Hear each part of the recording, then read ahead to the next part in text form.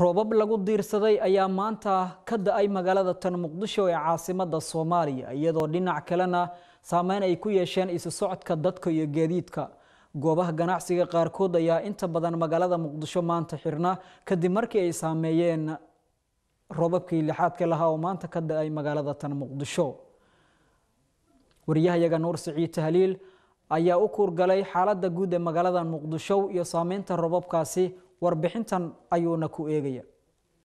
roobkan oo xalay waqti dambe bilowday ayaa socday saacado badan ilaa gelinkii dambe maanta waxaana uu roobkan ahaa mid xoogan oo saameyn ku yeeshay guud ahaan isku socodka magaalada Muqdisho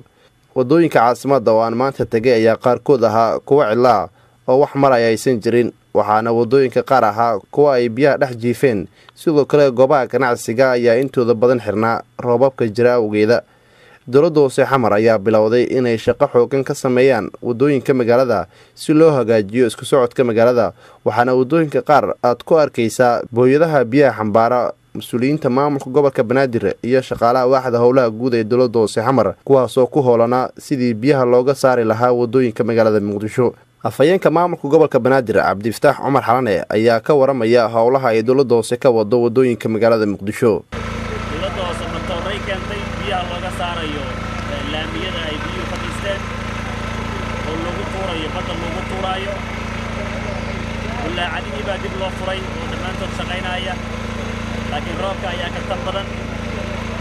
aad baan ugu faraxsanahay khayrka rabbi keenay ee roobka ilaa ay hadda wax ka saara ah ma jiraan way jiraan dad guryahooda laga saaray oo ka qaxay oo dad qoysa laakiin wax ma dhaawaca haba yaraatee ma jiraan gudoomiye ku-xigeenka howlaha guud ee maamulka gobolka Banaadir Cabdicasiis Cilmi Xalane ayaa dhankiisa warbaahinta qaranka u sheegay in dowladda hoose ay xoogga saarayso sidii loo fududeyn lahaa dhaqdhaqaaqa wadooyinka caasimadda waxa Ilaahay mahadiisa saakay magaalada Muqdisho ay ka deeyeen roobab xoogan roobkaasna insha Allah taala hadda wax meeshan joognaa waa dekada horteeda waxaan ugu talagalay inaan uga qaadno matooro maartay